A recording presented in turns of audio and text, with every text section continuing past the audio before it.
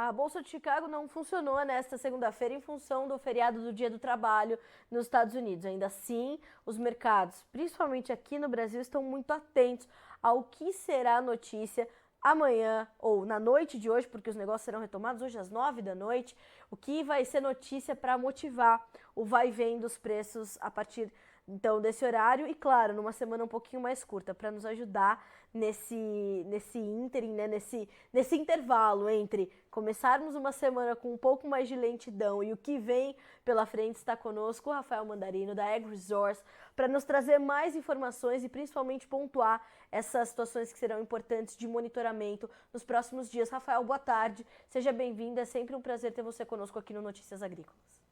Boa tarde, é um prazer estar aqui novamente conversando com vocês nesse dia de feriado, né? Feriado lá em Chicago, né? E obviamente aqui bastante ativo, tentando desmistificar aí esses movimentos para frente que a gente pode estar vendo, né? Então, muito obrigado pelo convite, pela disposição. Nós é que agradecemos. Rafael, como é que você está enxergando essa retomada dos negócios? A safra americana ainda é o ponto central de atenção dos traders lá em Chicago, ou algumas outras informações, alguns outros cenários vão construindo ali o ambiente para os negócios nessa nova semana, nessa chegada de setembro? O que está no teu radar para a gente começar o mês hoje às 9 da noite? Olha, eu acho que a gente ainda continua projetando, né, bastante seca, né, nos próximos 10 dias, com chuvas limitadas ali para o meio oeste como um todo. Continuamos vendo a continuidade da queda das umidades de solo. Você vê aí de 1º de agosto a 1º de setembro a normalidade de chuvas bem baixa, realmente, em algumas regiões, tá? E basicamente a gente viu que acredito que nos últimos anos, né, todo o fechamento da fase de crescimento reprodutivo, enfim, fez com que as lavouras americanas não ficassem com aquele top, né, aquele valor máximo que estava se projetando para as produtividades, né? Então, a gente entende que com essa seca e normalidade, vamos dizer assim, abaixo, né, do que se esperava, né? A gente deve ter uma mudança desses 183, 185 bushels por acre no milho, caindo para uma região ali de 178 a 181. E quando você olha para a soja, essa queda ela pode sair dos 53,5 a 55 bushels por acre, que é uma região que se acredita aí, para 51,5 para 53. Isso não quer dizer que não sejam produtividades recordes, serão sim. Ainda continuamos olhando para uma produtividade muito boa nos dois produtos. Mas, de novo, a gente entende que toda essa secura no final pode ter produzido algumas sementes menores, um peso menor, e tudo isso trazendo, né, em contraponto a questão de definição de área agora, que agosto já trouxe área, mas setembro pode ter alguma mudança aí dessas áreas também. Então, tudo isso está no radar nos próximos 8 dias aí de trade. A gente vai estar chegando no relatório do USDA e acredito que esse vai ser o movimento e essa vai ser a grande expectativa em relação a esses números. Isso vai trazer bastante volatilidade, com certeza.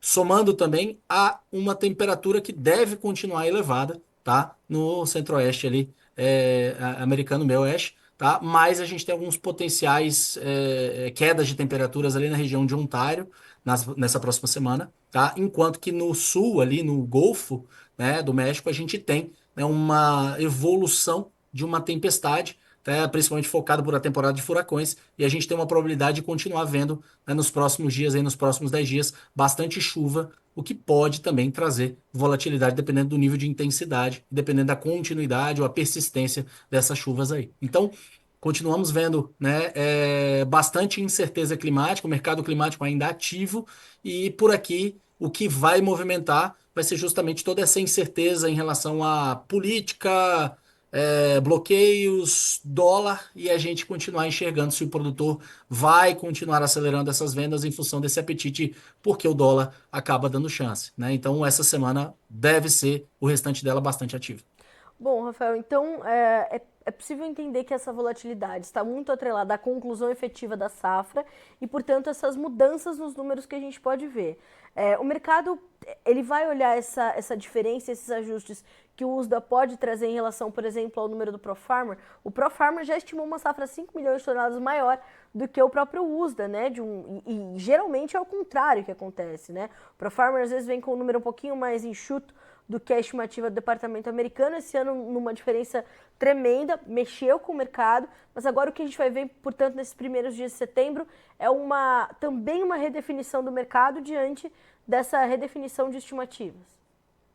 Eu acredito que sim, né? E a definição desses números finais, eles vão trazer bastante volatilidade. Profarmer, USDA, de novo, o USDA está cada vez mais nos cheirando político, né? Então, desculpa a provocação, mas a gente já está mais que acostumado em relação a isso. Então, nesse cenário, as movimentações que aconteçam podem ser mais lentas do que deveriam e a gente acabar descobrindo esses números de produtividade menores mais para frente, não trazendo esses números de imediato. Sim, e o produtor ele tem que estar ligado justamente de que as oportunidades elas começaram a aparecer novamente a ele, né? Com um prêmio positivo, com um câmbio favorável, né? A gente começa a ter, por exemplo, as estimativas ali de trigo da Austrália, que foi um pouquinho acima do que os analistas estavam estimando, em 31,1 milhões de toneladas, hoje estão estimando em 31,8, né? Então, de novo, o USDA estava trazendo essa produtividade, essa produção total em 30 milhões, pode ser que haja alguma mudança, né? O que vai ser importante, por exemplo, olhando para a Austrália, trigo, que vai influenciar também o restante do mundo, né? No trigo, no milho, enfim, diretamente, tá? É justamente a parte reprodutiva agora, setembro, outubro, como é que vai ficar essas chuvas por lá. Então, de novo, o clima está incerto aqui no Brasil, projeção de mais seca até dia 18, dia 20 de setembro. A gente deve ter um atraso que já começa a ser trabalhado e falado, né, em Chicago. Terminamos de trabalhar a safra velha, começamos a trabalhar a safra nova praticamente. Então, de novo, o produtor ele tem que estar antenado de que nada é engessado. ProFarm e USDA, muitas das vezes agora em agosto, setembro, até a estimativa final de safra, tem bastante mudança. Então, se preparem, comece a defender, né, os custos de vocês. Na nossa visão, é isso que tem que ser feito, trabalhando e defendendo essa sua média de preços, tá? Porque senão, se deixar para a última hora, não vai ser bonito. Rafael, quanto é que a gente já comercializou da safra 2024-25 e o quanto já deveríamos talvez ter comercializado justamente por conta desse cenário que você acabou de descrever? Olha, falando de talvez uma conjunção entre Estados Unidos e Brasil, 25%, 30%. Da safra global. Acredita, é safra 24, 25. Deveríamos estar comercializados aí, olhando também nesse mesmo panorama, algo como próximo aí de 45, 50%. Isso, esse número te representa o quê, Rafael? Há uma Um preocupação? atraso, Pois não. preços, prejuízo, um break-even que não está atingido pelo produtor americano, não vai conseguir, né? Deixa eu pegar o número do break-even deles aqui para você. Um segundo. Não falamos disso antes, não tinha deixado no gatilho aqui.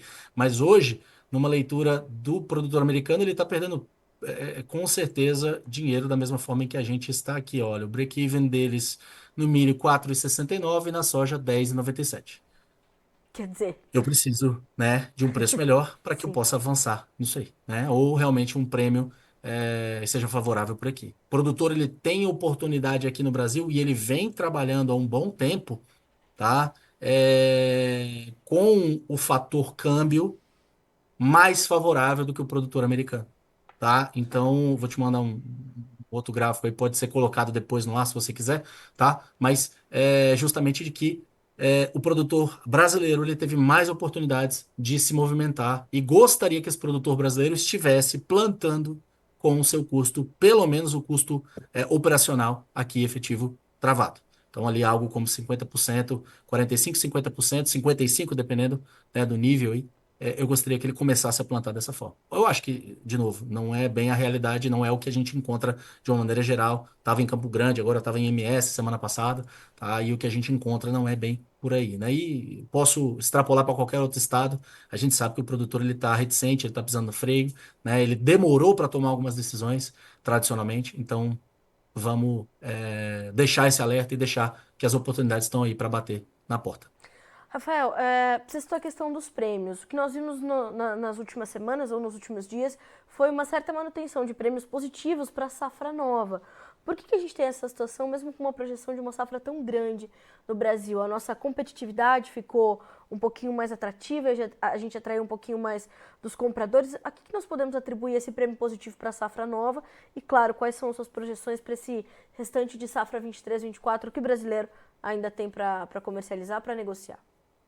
De novo, Carla, assim, a gente continua vendo um produtor que ele está, né, segurando um milho agora, acabou entregando uma soja, mas vimos um derretimento de Chicago onde ele pisou num freio, seja safra velha, seja safra nova. Safra nova, ele ainda está esperando preços melhores, tá? E ele acabou pisando num freio, né? Isso gerou talvez, né, uma diminuição dessa velocidade. Agora, olhando para a safra nova, olhando para a originação daqui para frente, você tem que lembrar que a trade ela precisa avançar e começar o programa dela, né? Você vê aí uma concentração de demanda de março, abril, maio, até de melhores prêmios aí, né? Olhando para Uhum. frente, justamente porque ele está talvez enxergando esse atraso potencial por aqui. Tá? Então, uma semana, 2 semanas, talvez não faça uma grande diferença, mas a partir de 2 semanas a gente já começa a ver que isso pode ajudar, tá? E o produtor também estava, né, bastante atrasado aí, né, nesse fechamento, talvez 80, 85% aí de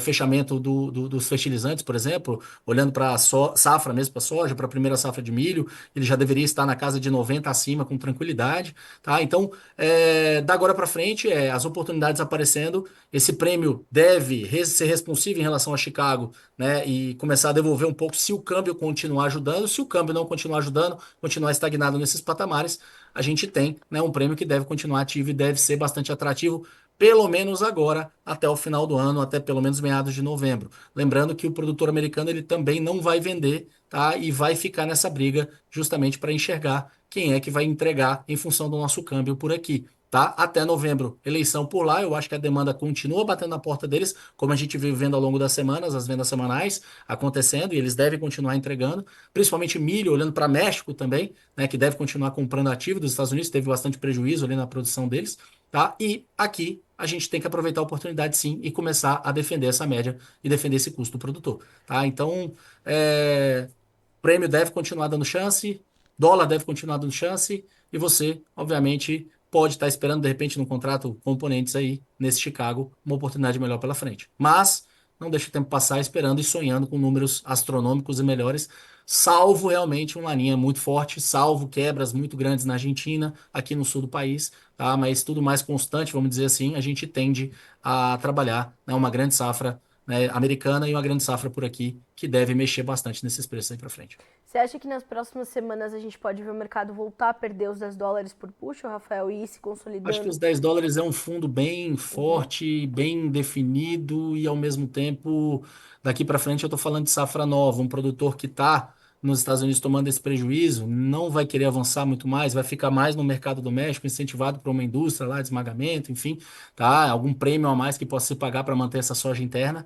tá? A gente começa a ver aí talvez, né, uma queda, né, no valor do óleo de palma, em comparação, né, a um óleo de soja bastante barato, né? Uhum. Vamos colocar assim, e daqui para frente a tendência é que a gente veja uma recuperação desse óleo, a continuidade dessa recuperação desse óleo, que essa semana já mostrou alguns sinais de sobrevida, vamos colocar assim, tá? Então, um oil share pro final do ano melhorando um pouco, isso pode fazer com que a gente veja bastante atividade por lá e a gente, ao contrário, manter esses níveis, talvez, né, recuperar aí de 10 em 10 centavos, gerando oportunidade para esse produtor se posicionar. Agora, também não sonhamos com números astronômicos. Então, por exemplo, olhando para o maço, os 10,30, 10,40, talvez, tá? A gente buscar e o produtor se movimentar em relação a um prêmio positivo seja uma boa estratégia. Tá. Rafael, antes um pouquinho de entrarmos ao vivo, né, de entrarmos no ar, a gente estava previamente conversando e você me chamava atenção para algumas chuvas que estão previstas ali para a região do Golfo, que também te Uhum. chamaram a atenção, que te trouxeram ali alguns sinais de alerta. Elas se confirmando, que tipo de prejuízo ela pode trazer e de preocupação ela pode trazer para o produtor americano nesse momento? Só para a condição da colheita ou especialmente para a condição logística que pode embolar um pouco as coisas lá nos Estados Unidos? A logística ela já vem começando a fazer algum barulho, principalmente olhando para o Mississippi, né? E essa falta de chuvas, né? E a queda de qualidade da umidade dos solos por lá, ao mesmo tempo, né? Toda a necessidade de escoar essa soja já existente, safra velha, Sim. né? Esse final de ciclo, vamos colocar assim, tá? E a gente entende que sim, questão de um excesso de chuvas, né? Até dependendo do nível de chance de ciclone, por exemplo, que possa vir, né? Tem uma chance aí, por exemplo, de uma a entrada de 40% a 60% de um ciclone na região do Golfo ali. É uma chance ainda remota, está distante ainda, tem alguns dias pela frente para se desenvolver, mas pode ser que comecemos a ouvir um pouco mais a respeito nesse sentido, né? O próprio Centro de Monitoramento de Furacões por lá, né, do próprio NOAA, tá? Traz essa preocupação, tá? E a continuidade disso vai trazer também mais oportunidade, mais volatilidade. Lógico, tem PNW, né, mas o Golfo, de qualquer forma, diretamente falando de Brasil na competitividade, a gente deve ter algumas mais oportunidades em função de um excesso de chuvas por lá.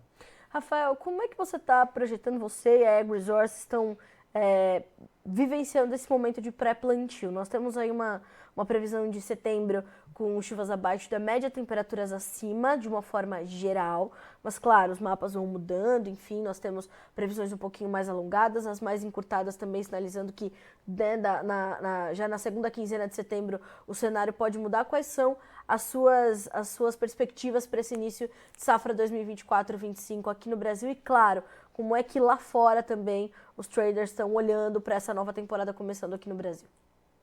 Galinha, a gente continua olhando com bastante ceticismo em relação ao número inicial aí de safra que está sendo colocado pelo USDA. A gente tem esse mês agora a Conab fazendo uma projeção para a safra, vai ser importante e interessante, por mais que tenha a gente torcendo o nariz de eu falar o nome, né? Mas essa discrepância que possa existir entre Conab e USDA vai ser importante para que a gente possa, né, enxergar o quanto, ou a tendência, ou o benchmark do que deve caminhar essa safra. A gente continua ainda se questionando o quanto de área, né, efetivamente a gente tem no Rio Grande do Sul que tiveram problemas ou não. Ao mesmo tempo, a vontade desse produtor, que não é um produtor de algodão, mas um produtor de safrinha sem ser algodão, de avançar realmente no pó este ano, né, diante dessas incertezas. Pensando em centro-sul Brasil, eu acho que essa coragem, vamos falar assim, ela está principalmente monitorando a quantidade de chuvas acumuladas para conseguir avançar. Então, aí, 100 milímetros para tentar reverter. Vamos colocar no período atual o pior cenário dos últimos 50 anos de secura, né, que a gente veio enfrentando, né, e de novo na safra passamos o pior cenário dos últimos 75 anos. Então, convém realmente o produtor ele pisar no freio, ele esperar, não riscar tanto, mas vai acabar impactando sim um safrinha na nossa visão. A gente acha que esses números são muito otimistas, pensando em soja, por exemplo, falando dele, tá? Falando de 169, 168, Uhum. 170, tá? Eu acho que ele está mais para próximo dos 160, 160, 162. De novo, não é uma safra pequena, é uma safra enorme, gigantesca, né? A gente olhar para uma Argentina que já veio se movimentando, falando que vai plantar mais soja em função das doenças que tiveram, os problemas que tiveram durante essa fase aí, né, final de ciclo, né, e vegetativo e reprodutivo também tiveram vários problemas com cigarrinho, enfim, tá? Então, vamos acrescentar aí, botando a Argentina com, sei lá, 60 milhões de potencial de produção de soja. Lembra que tradicionalmente, quando a gente tem um laninha lá em dezembro, a chance de perder uns 10% é elevada, pelo menos nas últimas dos 30 anos de observações, tá? Então, tem muita coisa ainda incerta, tem muita coisa para acontecer. Em Sim. outros momentos eu repeti essa frase, né? E alguns produtores que me veem na entrevista e conversam direto falam: Poxa, toda hora você fala tem muita coisa para acontecer. Realmente é um cenário muito certo. Um terço do mundo está decidindo fechamento até dezembro de política até o final do ano. Estados Unidos também, e talvez a maior atenção que nós temos aí. Então, nesse cenário, quem virá, quais serão as tributações, qual vai ser a taxação em relação à China, o que isso tende a fazer? Próxima safra, dependendo do que vier de política, dependendo do que vier, né, também de secura por aqui, esse start de plantio, potencial de perda do laninha, tem muita coisa para acontecer sim, tá? Então, nossa visão é uma visão de que o produtor ele tem que começar a travar os custos, ele tem que avançar essa defesa dele, de média, e ao mesmo tempo ele não seja tão aventureiro, tão ousado este ano. Ao contrário, seja conservador, vamos trabalhar de uma forma pé no chão e plausível, fazendo, né, com que a gente tenha um pouco mais de efetividade e certeza dessa produtividade, dessa produção. Bom, e é por tudo isso que vou me remeter ao início da sua fala, Rafael, é que você tem trazido essa necessidade do produtor olhar com carinho essas oportunidades que o mercado vem lhe oferecendo. Prêmio ajudando, dólar ajudando. Qual a tua aposta para a abertura amanhã ou hoje à noite da retomada dos negócios em Chicago? A gente pode vir aí tentando um fôlegozinho para os preços ou o mercado deve seguir pressionado e abrir em baixa a retomada desses negócios pós-feriado nos Estados Unidos? Eu acredito que soja deve estar uma balançada aí entre 2 a 4 centavos. A gente olha para um milho talvez estável Uhum. a 1 centavo acima, tá? E a gente pode olhar para um trigo talvez com uma estabilidade também, até 2 centavos acima, tá? Diante do que veio se apresentando aí como um todo no clima, tá? Então é por aí. De novo, estável, em resumo geral, mas algum estremecimento aí dessa ordem. E daí para diante é volatilidade intensa e olhar para cada oportunidade que esse mercado apresentar, né, Rafael? Exatamente. E de novo, montar a sua estratégia e seguir a sua estratégia. Ah, eu quero X reais por saca. Chegou, por favor, acabe com aquele viés dos últimos 4 anos. Não, chegou, então agora eu quero isso, não vou vender. Não. Nem que você tire um pouco da mão do volume que você ia fazer, mas defenda a sua posição de alguma forma. Bom, a gente vai continuar acompanhando. Essa é uma semana mais curta, mas já começando com orientações muito ricas e informações muito detalhadas de Rafael Mandarino, diretor da Ag Resource Brasil. Rafael, sempre bom ter você conosco aqui no Notícias Agrícolas. Volte sempre, meu amigo. As portas são sempre abertas para ti. Obrigada. Obrigado, bom restante de feriado, tá? Bom restante de segunda aí, uma ótima semana a todos. Fiquem com Deus. Amém. Para vocês todos também. Fique com Deus também. Até Amém. mais, Rafa. Um abraço. Um Tchau, tchau. abraço. Tchau, tchau.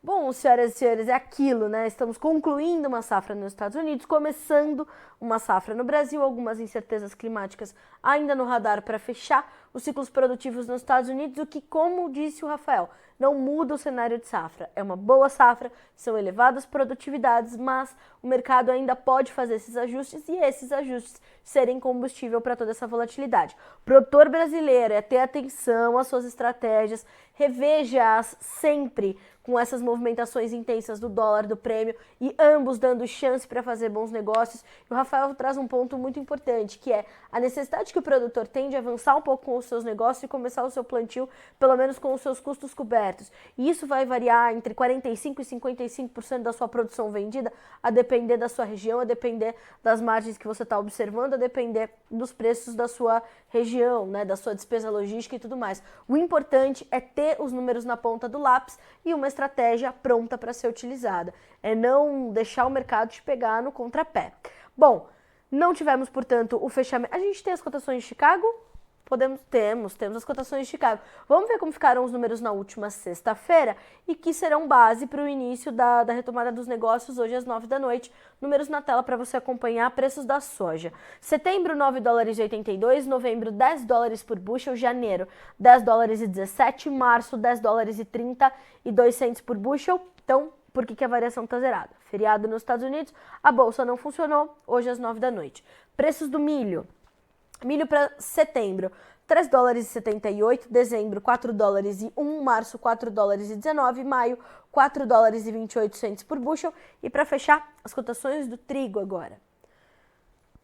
No trigo, setembro, 5 dólares e 33, dezembro, 5 dólares e 52, março, 5 dólares e 72 cents por bushel e o maio, 5 dólares e 84 centavos. Então, olho vivo na Bolsa de Chicago hoje às 9 da noite, os preços estarão atualizados na nossa página inicial, trabalhando como você sempre acompanha, com um pequeno delayzinho de 10 minutos, mas as cotações também em tempo real lá embaixo, enfim, dá para você começar, finalizar a sua segunda-feira e começar a sua terça-feira sempre muito bem informado aqui no Notícias Agrícolas, onde você encontra informação agro-relevante e conectada.